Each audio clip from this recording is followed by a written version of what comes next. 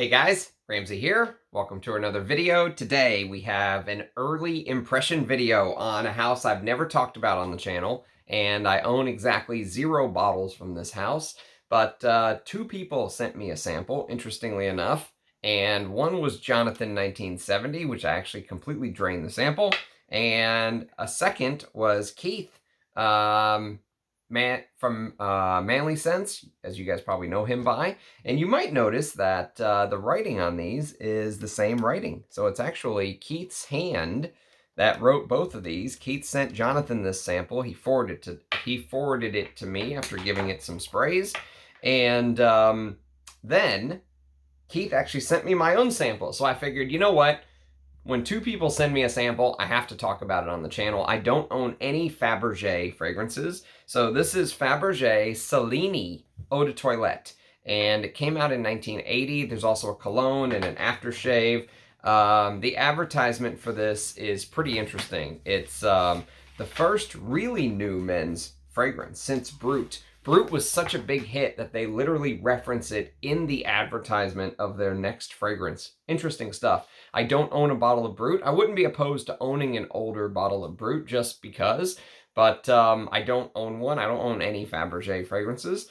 So this is going to be kind of a first for the channel. So since I've never talked about the brand before, and since I literally knew nothing about this release, and I knew very little about the house, to be honest with you, let's talk a little bit about the history of the House of Faberge. So it's a very interesting house, I must admit. I really enjoyed getting to know some of the backstory because it was originally founded as a jewelry house in Russia, in St. Petersburg, in 1842 is when it was originally founded. And the original founder was a gentleman named Gustave Faberge.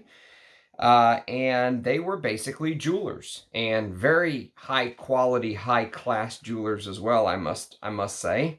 And if you look at the history, it's a really interesting backstory. So because they were Russian, the House of Faberge, many think that they added that what they call a diacritic, the E, the little thing above the E, to make themselves sound more French to the Russian aristocracy, if you will. So,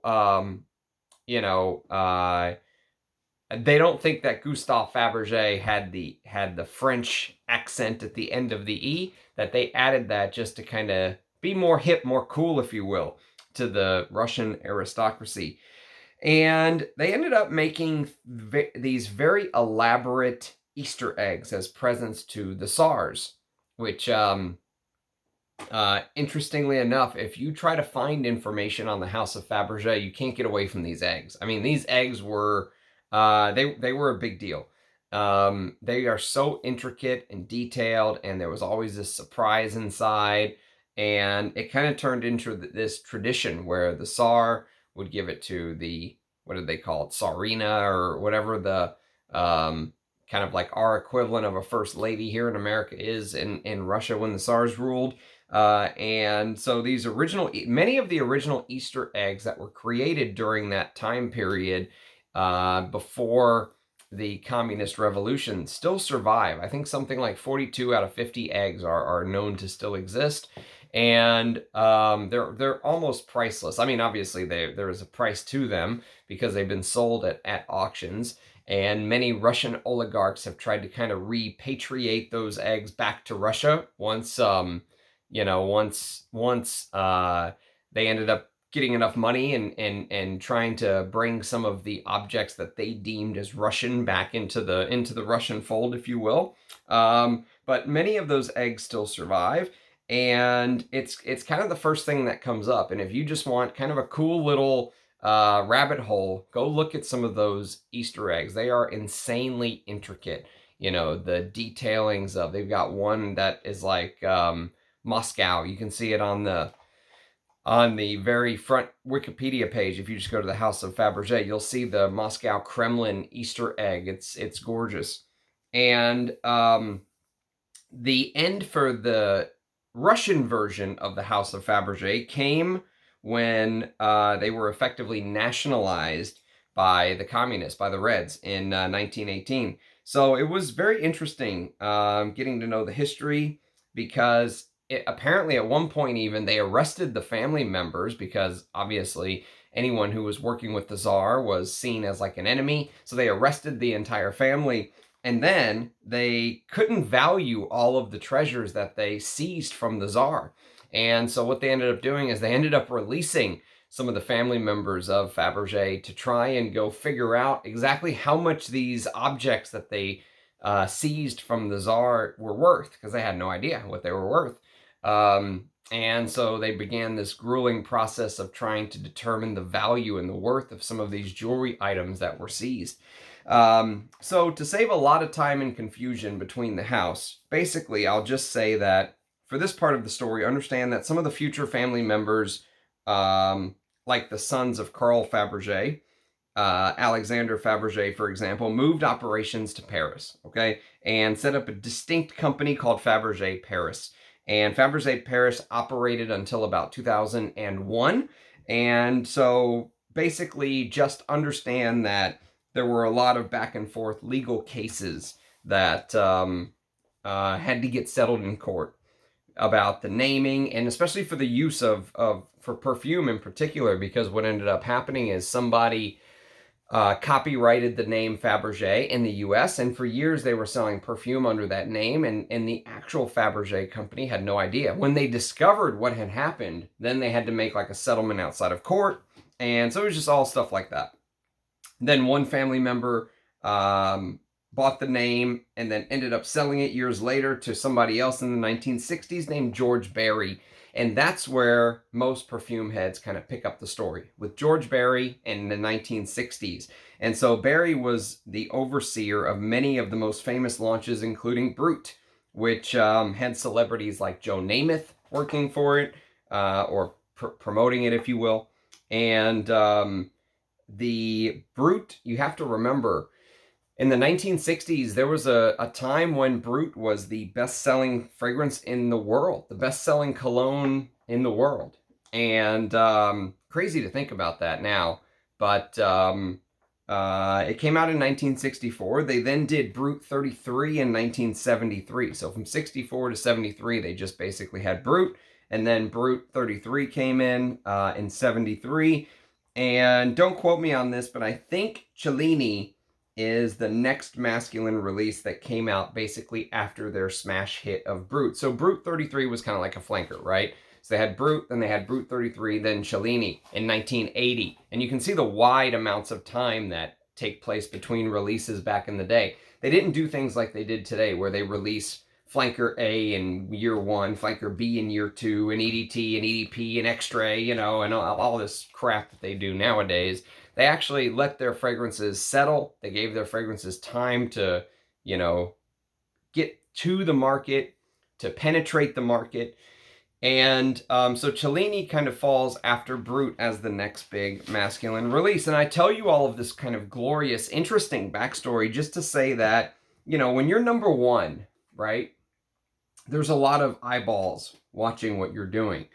And Cellini, I think, was both influenced by frags from its era, and it influenced frags that came after it, if you will. So I was, I must admit, I was a little shocked when I went to YouTube just out of curiosity and typed in Faberge Cellini, and nothing came up. Zero. Now, maybe if you do some digging, you can find some videos on it, but there are no fragrances, no videos dedicated to this fragrance that I found with the name in the title, okay? Interesting, very interesting, number one. Especially for something like this. You know, if Brut was the best-selling masculine fragrance of the time, you would think Cellini would have been a very big hit, right? I don't know how big of a hit Cellini really was.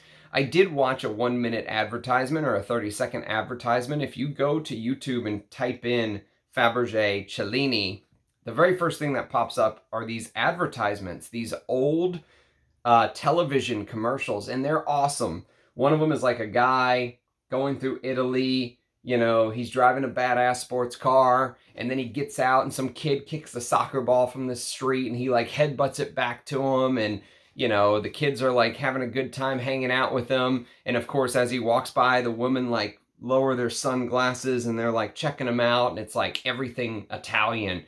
And you watch that and you would think Faberge was an Italian house. You would have no clue about the Russian, the French kind of backstory to how the house was brought up, was created. And the reason why I think that's important is that this is an Italian fragrance, or it smells like an Italian fragrance. It smells like the way houses would portray an Italian fragrance in 1980, if that makes sense. So when you smell these fragrances from the past, you have to keep in mind that you're really smelling a very specific snapshot in time, okay? So for people like us in 2023, going back and smelling something from the 1980s, you have to remember, and Thomas talked about this a little bit yesterday on Eugene's stream, and you should go watch that. I love Thomas. He's one of my favorite people in FragCom. I really connect with everything that he says. Many things that he says I connect with, and they make perfect sense to me. But he basically said, you have to remember, you're smelling an exact snapshot in time. And that is true for this fragrance just as much as any other vintage fragrance that you smell. So if you've smelled things like, let's say we go back in time a couple years, right? Let's say we go to 1978 and we rewind the clock just a couple years. Or actually, even before that, I'm gonna do this. Let's say we rewind the clock to 1973. You've got Paco Rabanne pour Homme, right? And this brought in this soapy barbershop element to it, right? Because basically, if you forced me to categorize Faberge's Cellini, this is the eau de toilette, by the way. There's also a cologne version, and there's an aftershave, which, you know, the cologne may be a little different. I don't know. The note listing is exactly the same, though. But if you asked me to categorize this, this would probably be like a citrus aromatic fougere. Okay, that's a fair, I think, description, if you will. And so, even though it doesn't smell like Paco Rabanne pour Homme, that soapy quality of Paco Rabanne pour Homme that it got introduced in 1973 had an effect on the way masculine fragrances were to be created going forward, right? And so now if we jump from 1973 to 1978, think about this. Azzaro pour Homme, right? This is the kind of quintessential barbershop masculine fragrance. And what did this bring in that Paco Rabanne pour Homme did not utilize that made this so popular? Anise. Anise was a huge component of Azzaro pour Homme, and it was a smash hit. This was a smash hit in the late 70s. And so you have to think that whenever Brut was deciding on what fragrance to follow, whenever Faberge was deciding on what fragrance to follow up Brut with, they were probably thinking about all these things, right? Soapiness from Paco Rabanne pour Homme, a little bit of that anise quality from Azzaro pour Homme. And so what they ended up building is they ended up building this fragrance. Anise, bergamot, lavender, and lemon in the top. And that lemon is a reminder of another fragrance or two that you'll smell kind of in the future. We'll talk about that in just a minute. With a heart of carnation, cedarwood, cinnamon, cyclamen, geranium, jasmine, and patchouli, with a base of amber, hay, leather, moss, and musk. Now, the leather note is extremely toned down in this. Okay, so don't think you're getting a leather fragrance. You're not. You're getting a aromatic citrusy fougere is kind of what you're getting, with an emphasis on aromatic. And aromatic is kind of the main thing, this sort of optimistic feel of this fragrance. And so if you smell Azzaro pour Homme, you'll detect the anise note, right? Which Azzaro pour Homme kind of really put on a pedestal. And you will smell the anise come out of the gate swinging. In the first 5 minutes of Cellini, you get a big hit of anise and citruses and lavender right out of the gate.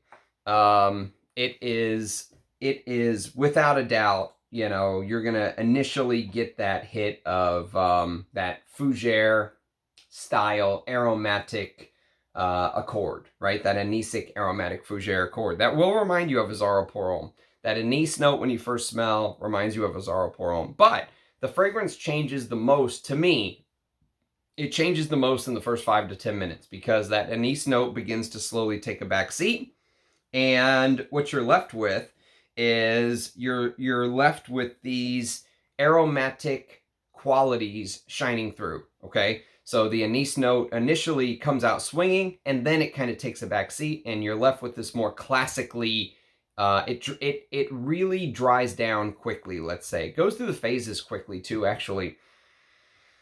I wish it stuck around a little bit longer. Maybe I just demand too much, but it wore a little light on me today. I've done some reapplying. I think I've reapplied this like 4 times today, and I've enjoyed it. I enjoy the first opening bit is why. And I probably won't be getting a bottle, so I'm the kind of person that I just like to enjoy what I have, and that's that. And so it really does calm down. And one thing that I do notice, though, I will say, once that anise note calms down, okay, there's a transition early in the opening that no one talks about. Never read about it on any of the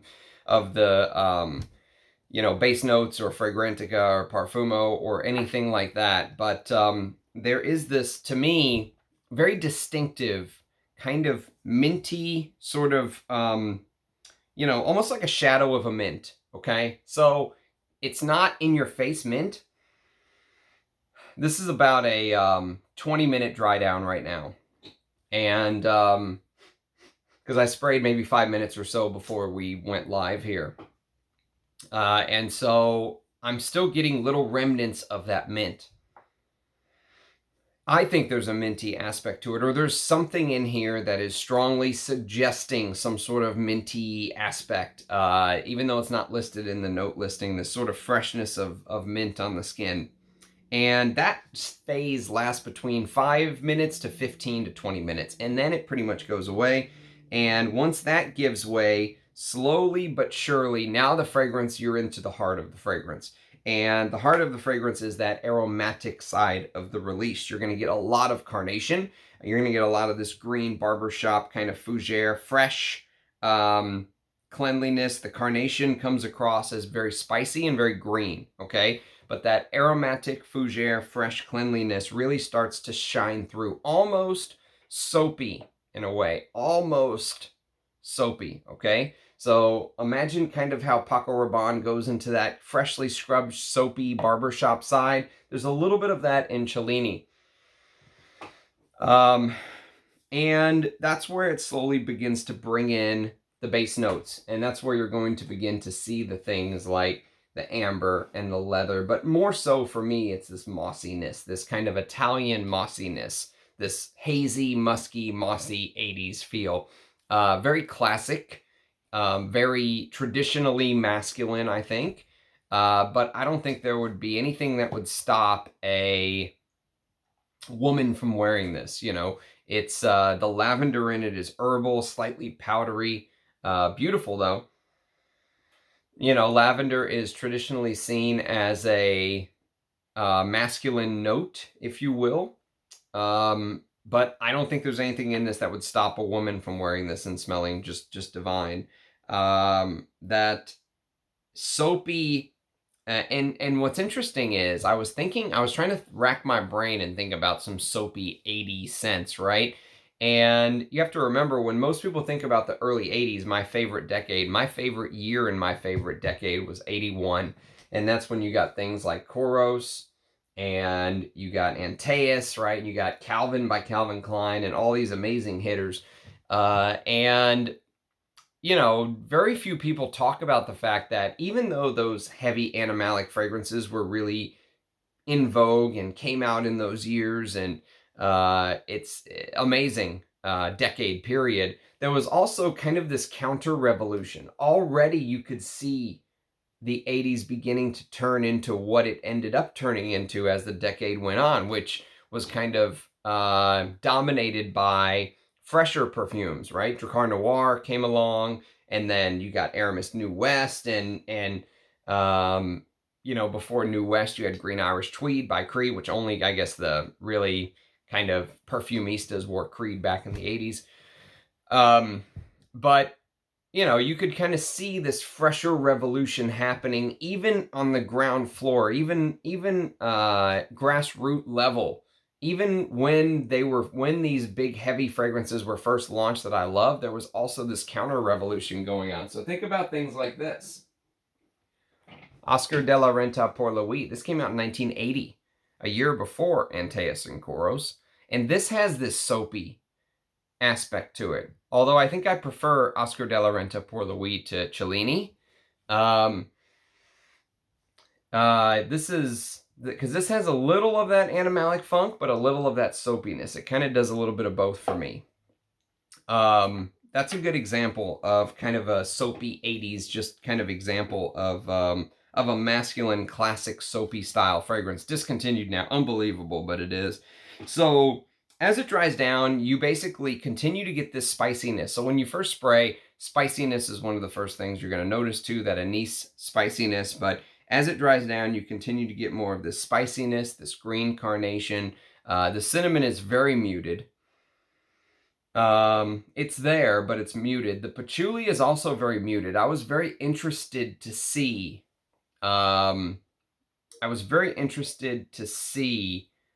what the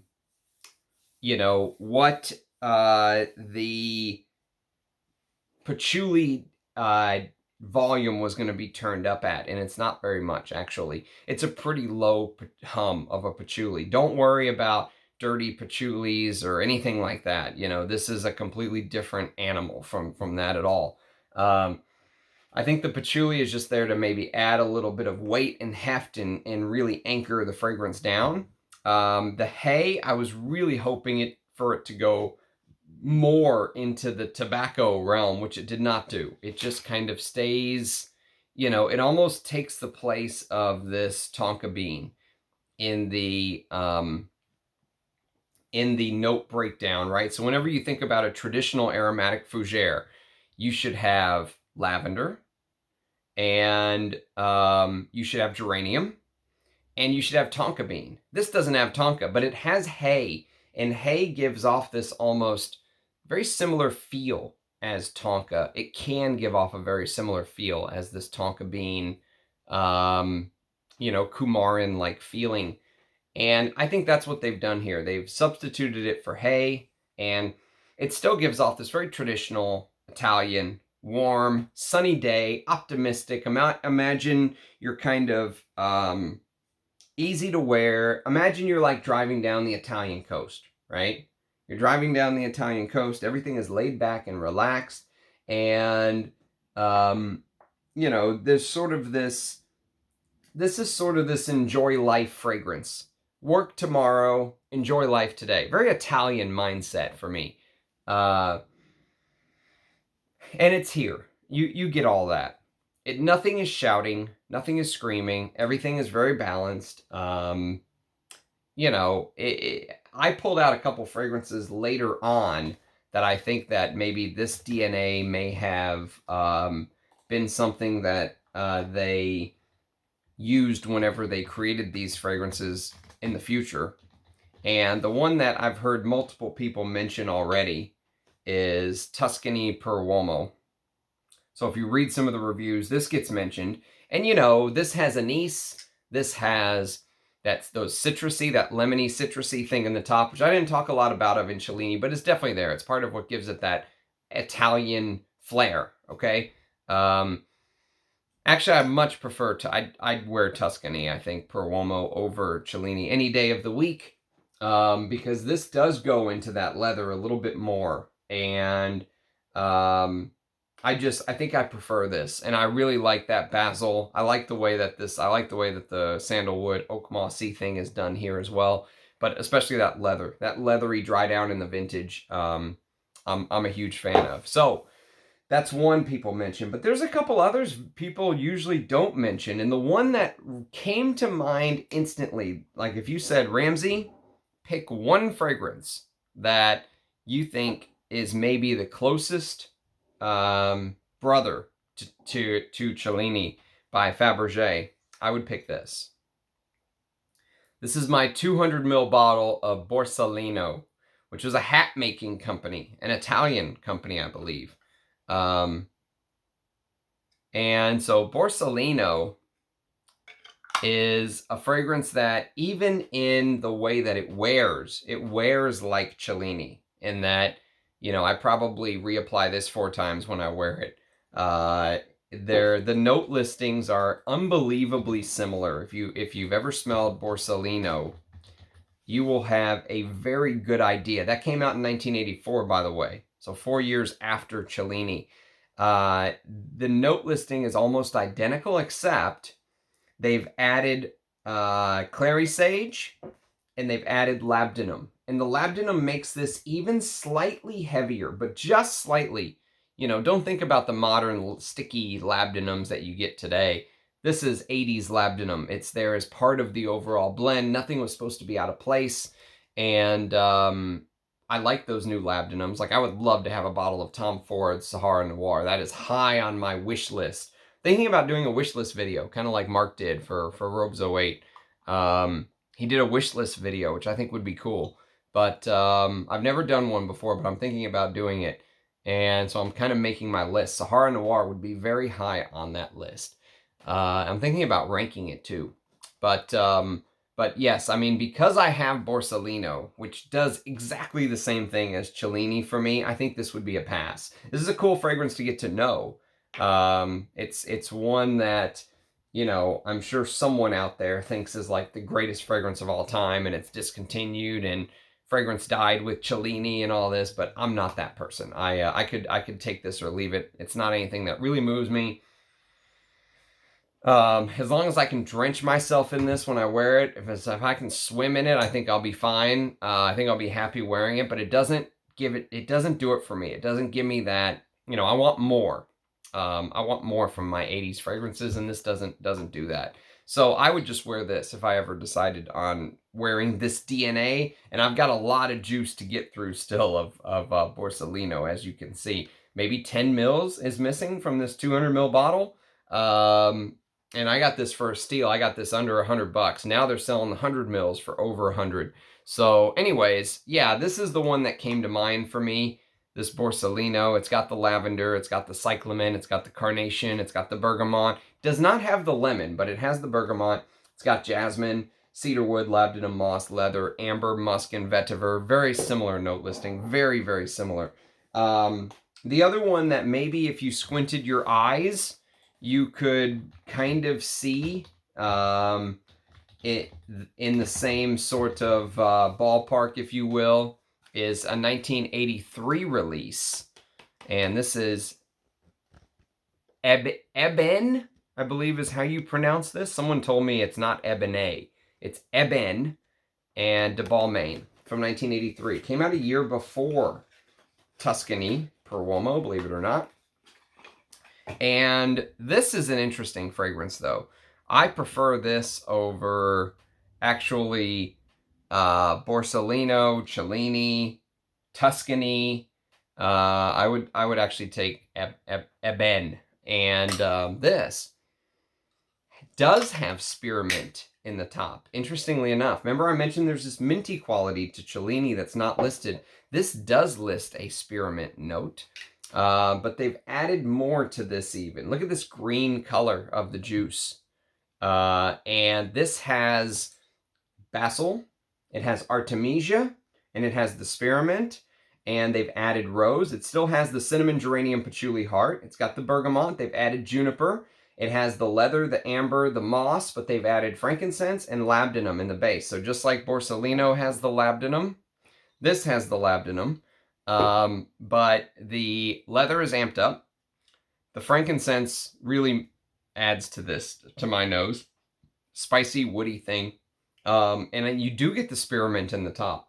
So these DNAs are all kind of intertwined. And I love Thomas's quote of you're kind of smelling a point in time, and you can't smell it without kind of referencing everything else. I couldn't talk about Cellini without also talking about these two. The anise in Azzaro Porom, the soapiness in Paco Rabanne Porom, and it's a continuation. You know, there is no finish line. These fragrance companies are constantly adapting and constantly, you know, trying to create new things. And so Cellini was Faberge's attempt in 1980 to hit it big. I don't think they did. I'm glad to get to smell the EDT. I have to give a special shout out to Jonathan for forwarding me what was left of his decant, and Keith from Manly Sense for, you know, sending me this beautiful decant with some bottles that I purchased off of him.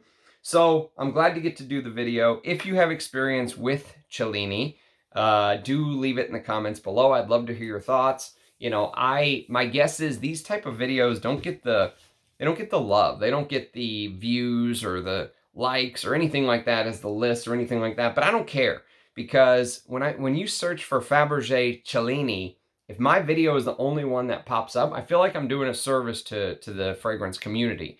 And that's what this is about for me. This is important content, I think. What if somebody is about to spend $200 on a bottle of this and they want to get some information on it, and there's no videos, right? Which there are bottles of this going for 200. I don't think they're worth it. I don't think they're worth 100, to be honest with you. But I'm glad to get to try it. So that's why I do these videos. But if you like this content, do the likes and subscriptions and comments and all the stuff that helps the algorithm, if you would. I do appreciate everyone watching and subscribing and liking and all that stuff. It helps. It helps the channel a lot. Even though some people don't like it when I say that, it does. I know that we bring more and more people to the channel from those methods, and we're at about 3,500 subs now, so we're slowly but surely growing, and I think we'll continue to grow as we continue to put out more content. So I appreciate everyone watching. Cheers, guys, and I'll catch you next time. Bye-bye.